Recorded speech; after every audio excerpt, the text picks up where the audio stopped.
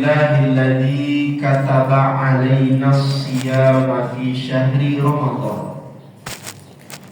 Allahumma salli wa sallim wa barik ala sayyidina Muhammadinil Mustafa wa ala alihi wa sahbihi wa man tabi'ahum bi ihsanin ila yaumil qiyamah, amma ba'du. Yang saya hormati Ibu Ketua, Ibu Listina SAG, Ibunda sekalian yang insya Allah siang hari ini selalu dalam keadaan sehat walafiat. Mari bersama-sama kita hadirkan rasa syukur kepada Allah yang sampai dengan detik ini terus menerus tiada henti memberikan kita nikmat yang tidak terhitung jumlahnya. Bersamaan dengan ungkapan syukur, tidak lupa pula kita mengucapkan salam dan sholawat kepada kekasih Allah, Nabi besar Muhammad sallallahu alaihi wasallam, beserta kepada seluruh keluarga beliau yang mulia. Begitu pula kepada seluruh sahabat-sahabat beliau yang bertakwa. Dan insya Allah kita semua di hari kiamat mendapatkan syafaat dari Nabi Muhammad sallallahu alaihi wasallam. Amin ya rabbal alamin. Ibunda sekalian yang berbahagia, insya Allah kurang dari 1 pekan lagi kita sama-sama ketemu bulan suci Ramadan. Kalau sudah ketemu Ramadan, tentu ibadah yang wajib kita gawe itulah puasa Ramadan. Berkenaan dengan momentum ini, izinkan kami menyampaikan beberapa hal seputar bulan suci Ramadan, terutama berkenaan dengan puasa. Kalau kemarin saya di Masjid Raya Citra Grand City, kami zuhur memberi materi mengenai niat puasa Ramadan. Tapi kalau dalam majelis ini saya akan bahas beberapa hadis tentang adab-adab dan sunnah bagi orang yang berpuasa Ramadan.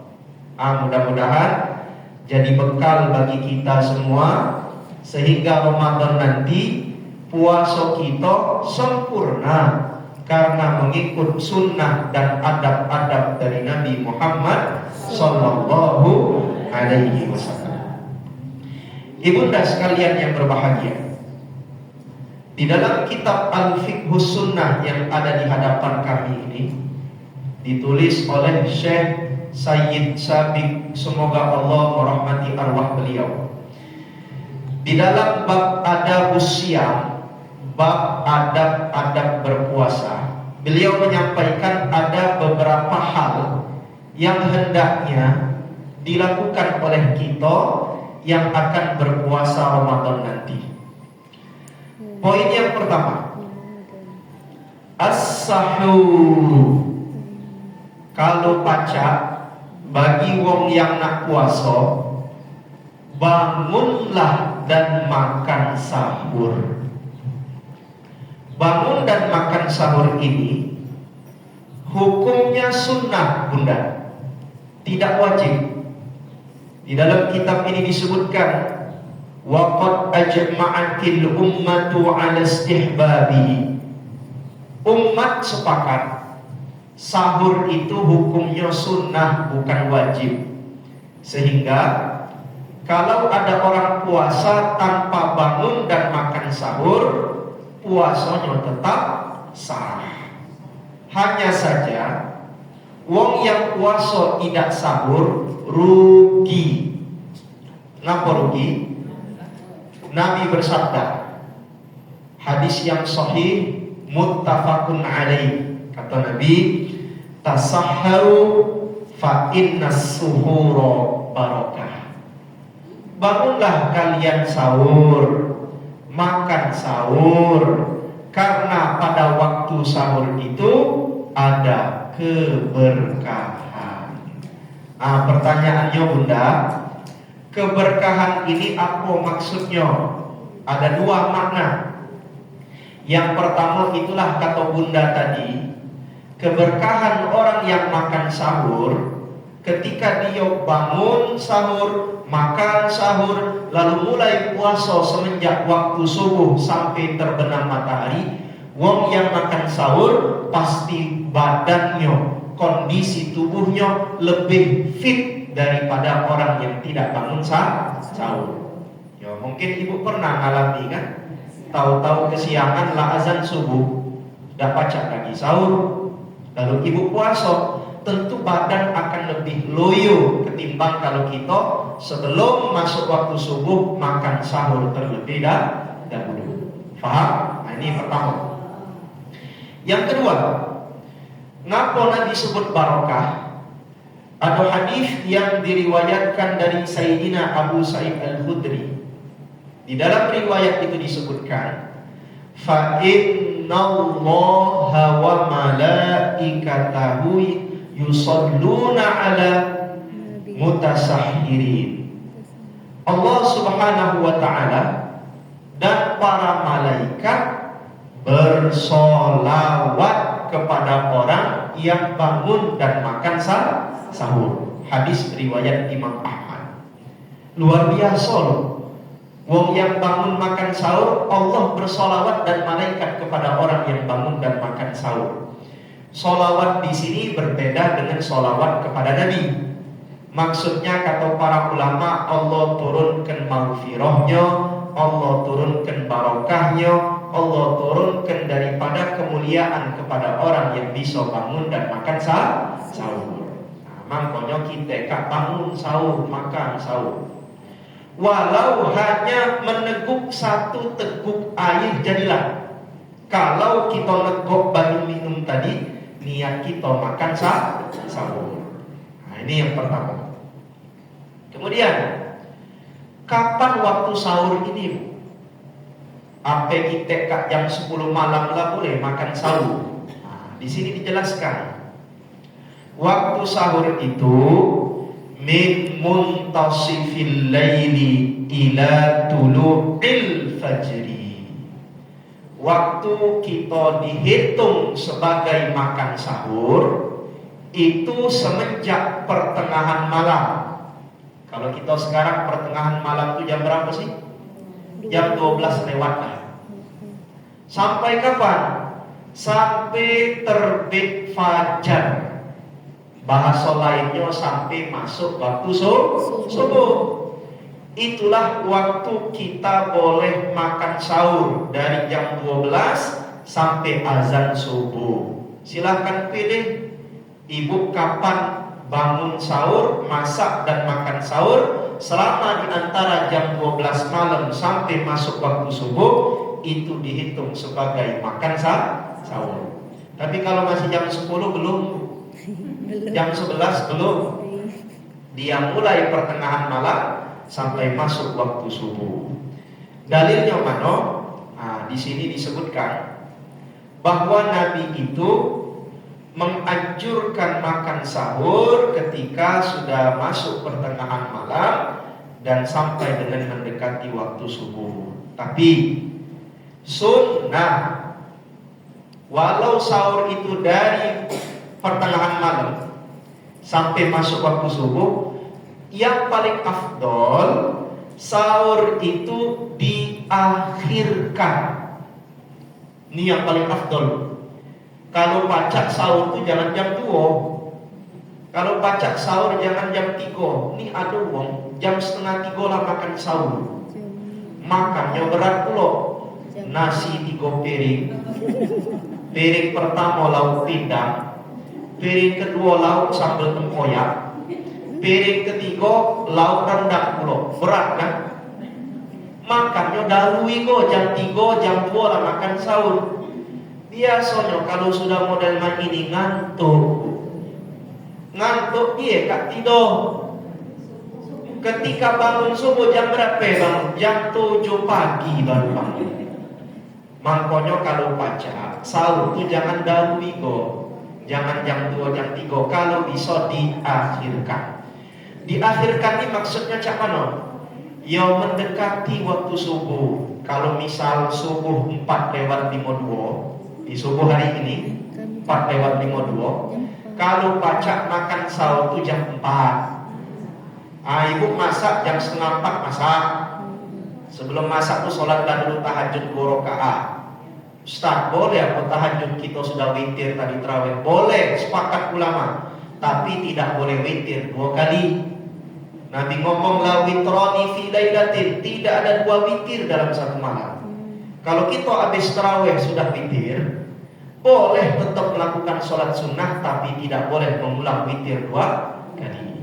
Tapi afdolnya saja kalau sudah witir, jadikan witir sebagai penutup sholat sunnah. Ini afdolnya, bukan tidak boleh. Tetap boleh kita tahajud ketika waktu sahur. Nah jadi ibu masaklah sampai jam 4. Jam 4 makan. Jam 4:30, 4:30 selesai. Ini yang afdol. Tapi jangan mepet-mepet. Igo lagi imsak baru bangun. Nah, itu kacau pula kan. Diakhirkan karena ada hadisnya sahih ibunda dari Sayyidina Zaid bin Thabit. Beliau cerita, tasahharna ma'an Nabi sallallahu alaihi wasallam summa qumna ila shalah. Kami pernah makan sahur dengan Nabi. Berarti Nabi ada di situ. Lalu kami setelah itu mendirikan sholat subuh. Ditanya kepada beliau, kam bainahuma, berapa jarak selesai sahurnya Nabi dengan masuk waktu subuh itu berapa jarak waktunya? Dijawab oleh beliau, khamsina ayat, seperti membaca 50 ayat. Nah kalau ada qori hafiz Quran baca 50 ayat itu seperti sekadar membaca selama 10 menit. Berarti Nabi selesai makan sahur itu 10 menit sebelum masuk waktu subuh. Ini makna hadis tadi. Jadi kalau subuh 4:52, Nabi selesai makan sahur 4:42. Hikmahnya pertama, Nabi makan sahur diakhirkan. Buktinya selesainya 10 menit sebelum masuk waktu subuh. Kalau Nabi makan sahur jam 3, jam 1, jam 2 malam, tentu tidak mungkin ini cerita hadisnya, ya kan? Disebutkan dalam hadis ini Nabi selesai makan sahur 10 menit sebelum masuk waktu subuh, seperti membaca 50 ayat. Ini hikmah pertama. Hikmah yang kedua, ini menjadi dalil penetapan waktu imsak. Ini kan kadang-kadang ibu-ibu bertanya, tak, apa beda waktu imsak dengan waktu subuh? Kalau waktu subuh, ibu sekalian, itu lampu merah bagi orang yang berpuasa.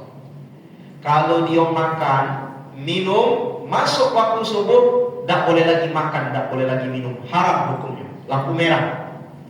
Tapi kalau waktu imsak itu sekedar at-tanbih. Apa artinya? Lampu kuning saja.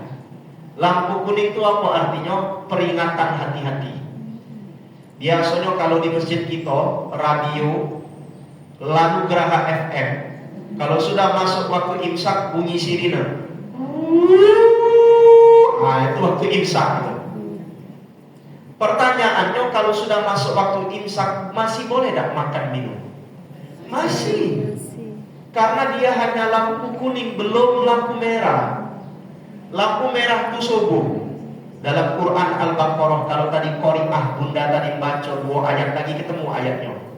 Wa kulu washrabu hatta yatabayyana lakumul khaytul abyadu minal khaytil aswadi minal fajri. Waktu fajar. Subuh endingnya tidak boleh lagi makan, tidak boleh lagi minum. Jadi kalau masih waktu imsak masih boleh Bu. Negok kopi 2 tegok lagi boleh. Bahkan laki ibu modut dapat sebatang itu masih bisa loh. Karena dia hanya lampu kuning. Tapi kalau sudah subuh tidak boleh sama sekali. Paham kira-kira? Nah, jadi poin yang pertama secara garis besar, kita yang puasa bangunlah sahur.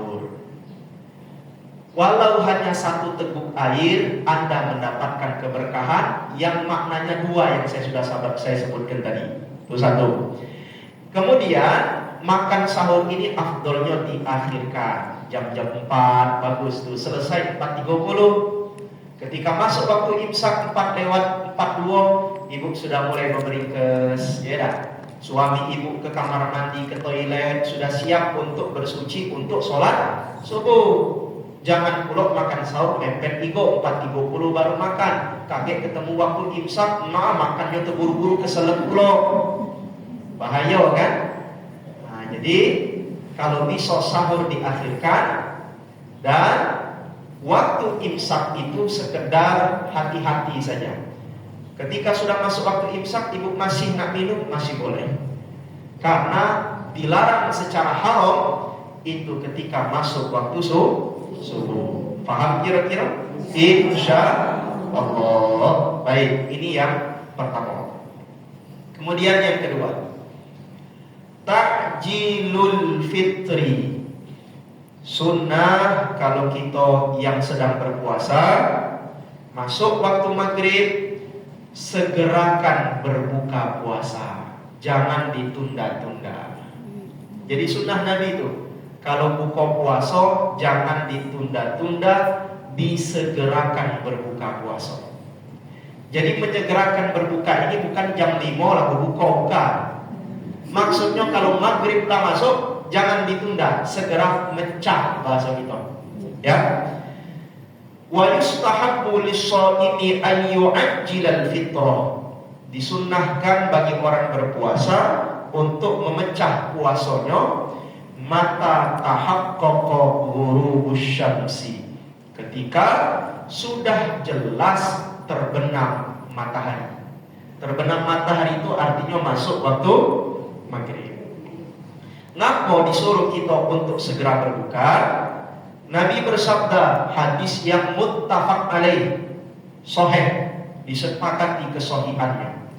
Kata Nabi, la yazalun nasu bi khairin ma'ajjalul fitrah. Orang-orang selalu akan berada dalam kebaikan selama mereka menyegerakan berbuka puasa. Ini hadis sahih riwayat Imam Bukhari dan Imam Muslim. Nah, ada jemaah bertanya, Bunda, Ustaz, waktu maghrib ini yang jadi patokan kita ni apa tak? Apakah harus dengar azan dulu di masjid? Apa cukup ngingok jam di HP? Kalau sudah maghrib boleh berbuka? Nah, ini kadang-kadang bertanya kaget dengan ustazah, dengan galau-galau ni.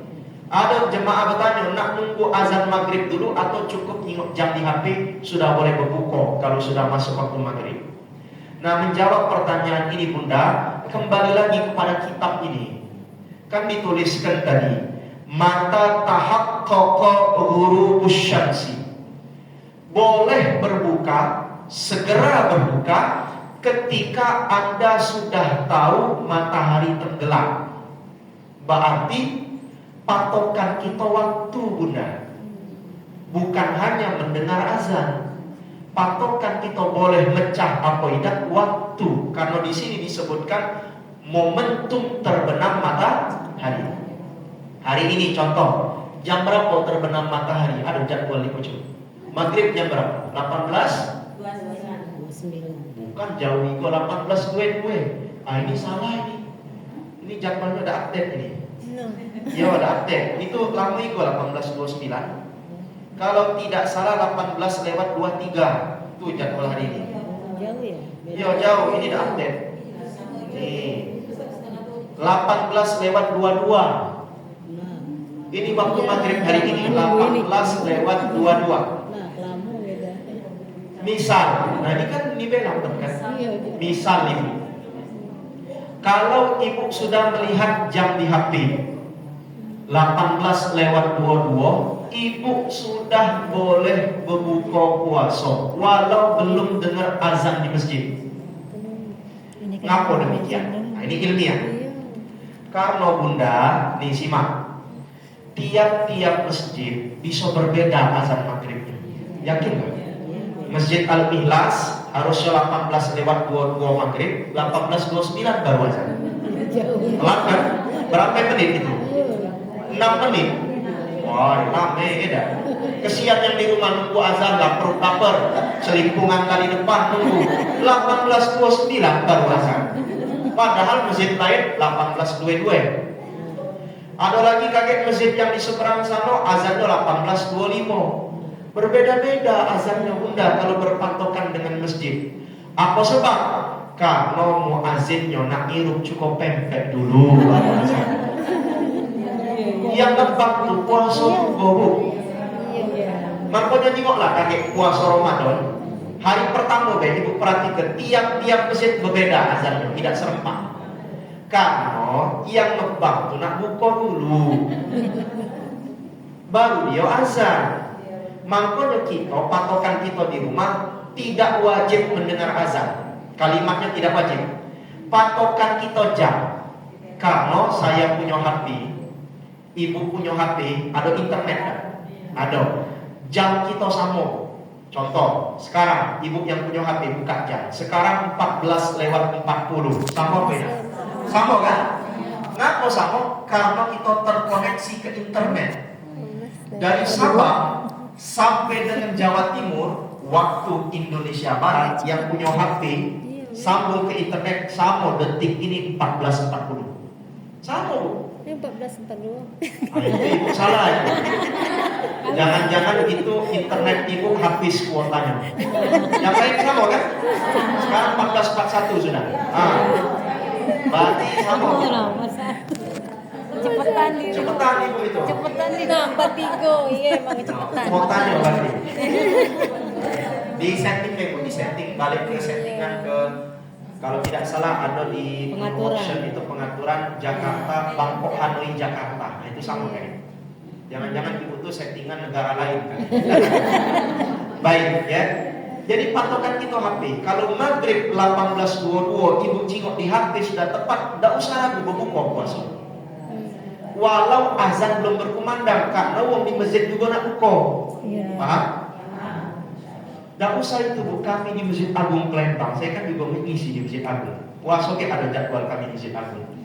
Jadi di Masjid Agung pun kadang-kadang telat.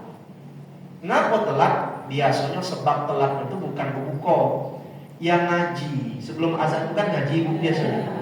Kalau yang ngaji itu yang kori yang latuo, biasanya lali dia kak lali harusnya sedekah. Wah masih 14 2 ayat tambah. Makanya pengurus itu pernah dicuilnya, Demionglah sudah masuk maghrib ini. Tambahnya masih 2 ayat, wajar telat 2 menit baru azan masjid Agung. Karena korinya kadang-kadang 14 nambah 2 sampai 3 ayat. Nah jadi patokan kita jam. Ustaz, kalau kita berpatokan dengan televisi, boleh atau tidak? Misalkan TVRI Palembang, Pal TV, boleh bu dengan azan yang ada di TV. Ngapa? Karena biasanya sama tepat waktu juga. Ngapa bisa tepat waktu? Karena yang azan di TV itu rekaman ibu. Rekaman. Makanya kalau sudah 18:22 untuk hari ini langsung disetel oleh produser TV azan maghrib, rekaman dia. Boleh kalau berpatokannya azan di TV. Tapi kalau di masjid jingok-jingok dulu. Kalau masjidnya hobi telat, apalagi cak ini 18:29 ada mana? Masjid kita. Maka ibu tidak usah pola puasa kalau jam sudah maghrib, ibu boleh berbuka puasa walau azan belum berkumandang di masjid. Nah syukur-syukur kalau masjid dekat rumah kita tepat waktu azannya, boleh ibu berpatokan dengan azan yang ada di masjid. Paham kira-kira? Bisa. Ada lagi jemaah bantah, Ustaz, Wong tua kita dulu nyuruh negara azan dulu baru berbuka. Iya. Nenek buyut kita dulu ya dah. Jangan dulu nggak mecah. Nengok dulu azan di masjid gitu kan. Nah, Iya benar. jangan dulu. Iya. Jawabannya sama ini Bu. Kita tanya. Tidak usah dengan wong tua kita yang lah tua sepuh, dengan ibu-ibu nah, dengan Bu Kristina nih. Ibu masih gadis dulu lah, dan belum HP ini. Belum ada, tak suek bahasa kita itu ya. Internet apalah ada? Belum. Aku lagi zaman jebot zaman nenek moyang kita dulu. Internet belum ada. Kadang-kadang yang punya TV belum tentu tiap rumah punya TV kan. Makanya wong zaman dulu tuh karena dak katik cak zaman kita sekarang internet. Wong zaman dulu tuh patokannya jam di dinding. Ada masalah juga. Tiap-tiap rumah jamnya berbeda.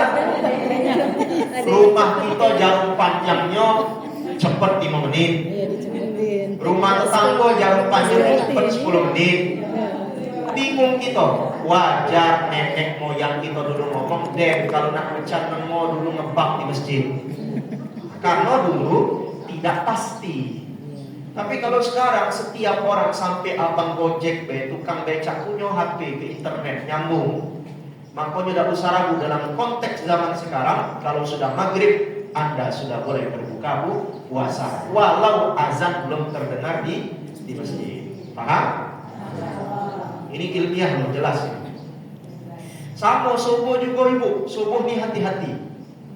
Kan tadi tidak boleh lagi makan, tidak boleh lagi minum kalau masuk waktu subuh.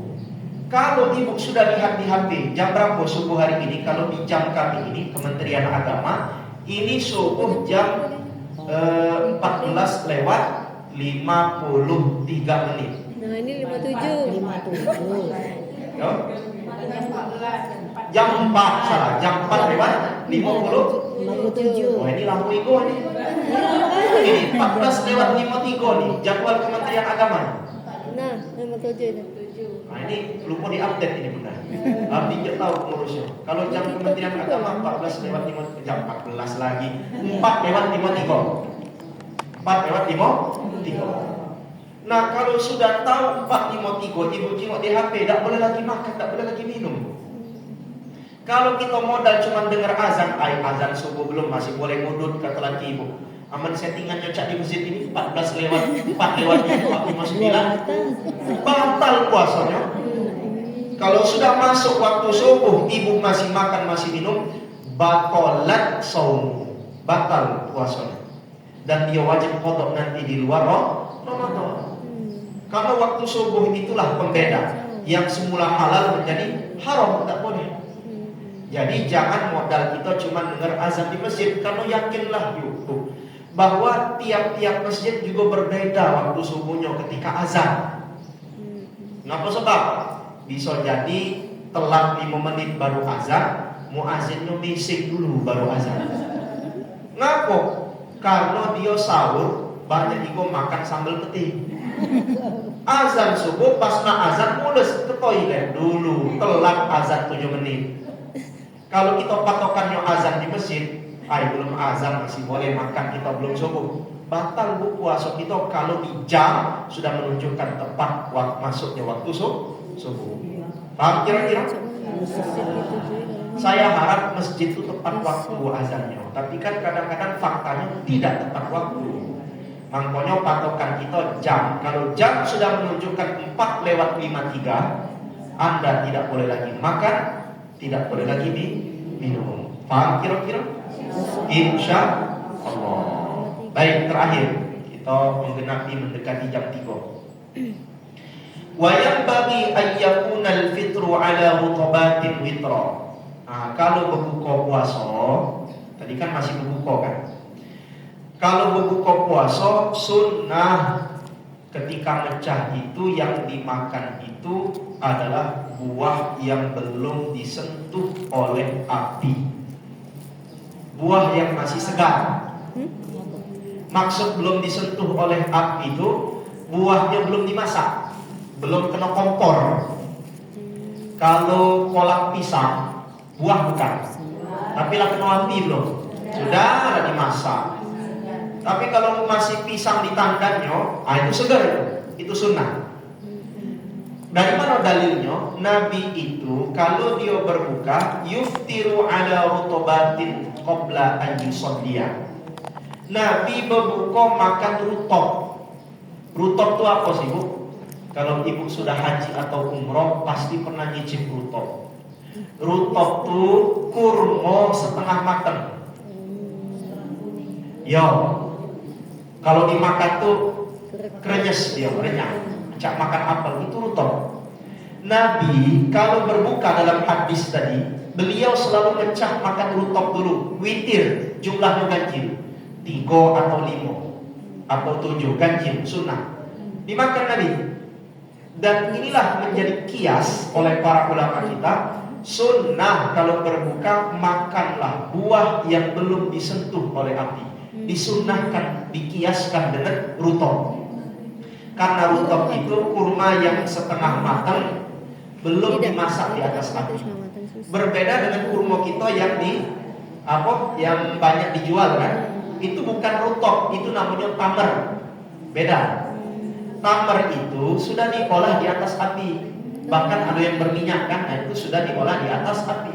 Bukannya masak dewek ya? Afdolnya, ada yang masak dewek, ada bunda, tapi kebanyakan ada yang dibantu dengan dimasak di atas api.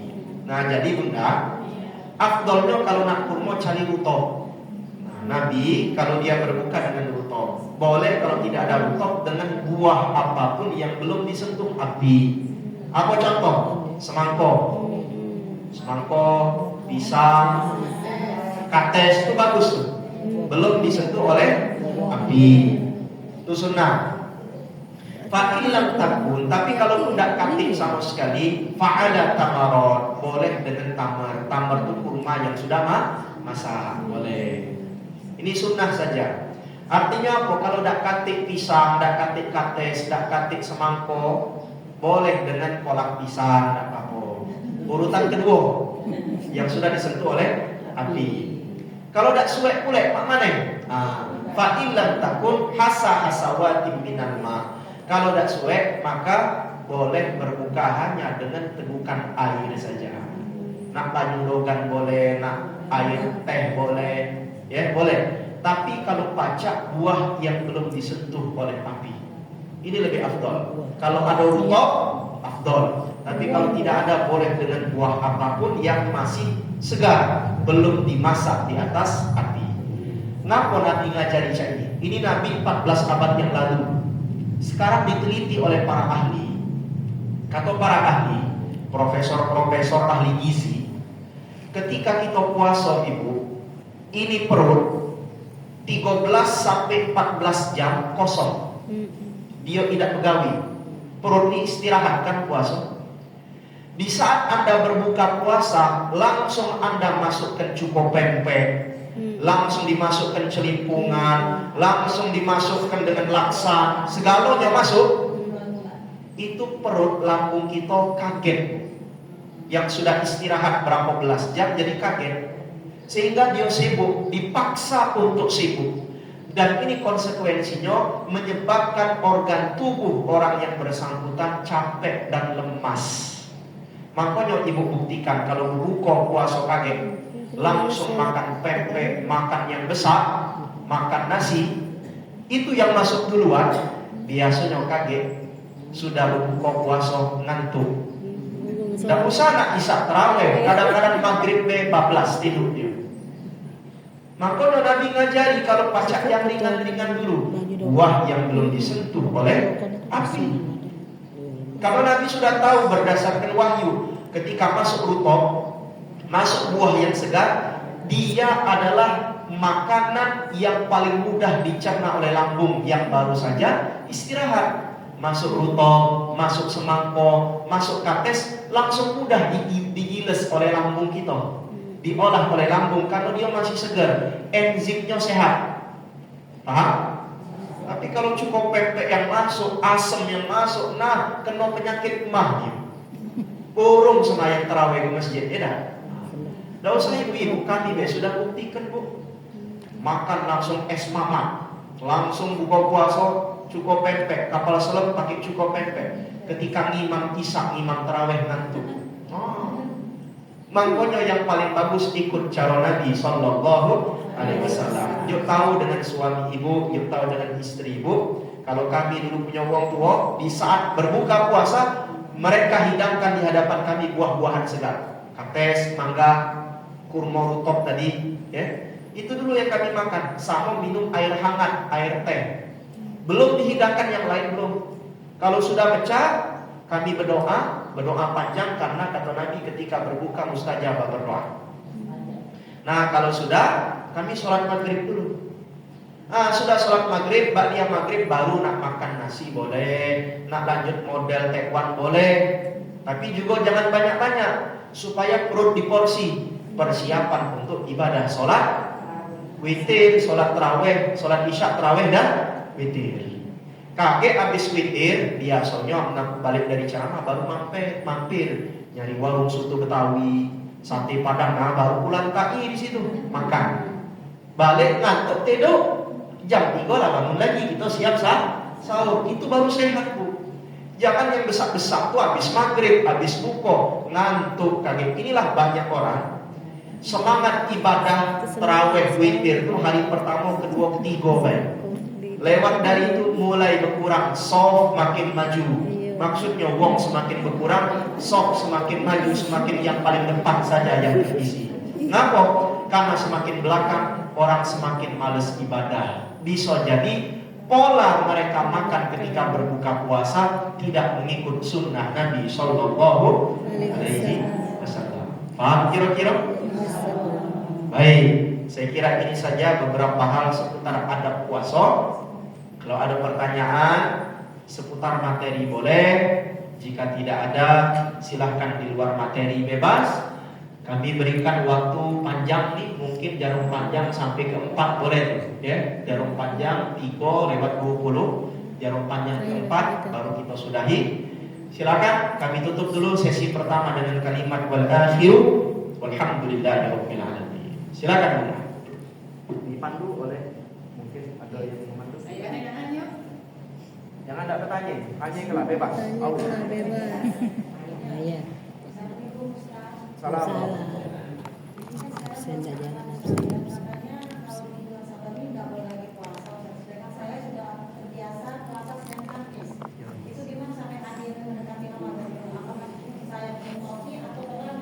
Baik, bagus sekali. Pertanyaan yang bagus ini Ustaz. Apakah kalau sudah bulan Sya'ban ini kita tidak boleh puasa lagi atau kita masih boleh puasa? Pertama, Ibunda Aisyah cerita, Nabi Sallallahu Alaihi Wasallam tidak pernah lebih terlihat semangat berpuasa sunnah setelah bulan Ramadan kecuali beliau di bulan Sya'ban. Beliau perbanyak puasa. Hadis sahih. Berarti sunnah berpuasa di bulan Sya'ban. Karena Nabi lebih bersemangat berpuasa selain Ramadan kecuali di bulan Sya'ban. Tapi ada hadis yang lain. Nabi mengatakan kalau sudah lewat pertengahan Sya'ban tidak boleh lagi berpuasa. Nah, di sini ada 2 hadis yang seakan-akan bertentangan. Di sini perlu kita mengikut pendapat para ulama. Para ulama menggunakan metode al-jam'u wa taufiq. Dalam ilmu usul ada istilahnya al-jam'u wa taufiq. Dikumpulkan banyak hadis lalu diambil benang merah menengahi dari hadis yang seakan-akan bertentangan tadi. Tadi kan hadis pertama Nabi sebut Nabi berpuasa lebih banyak di bulan Sya'ban. Sedangkan yang kedua, setelah lewat nisfu Sya'ban itu dilarang oleh Nabi untuk berpuasa. Maka ulama mengambil kesimpulan, benar bulan Sya'ban tetap sunnah berpuasa.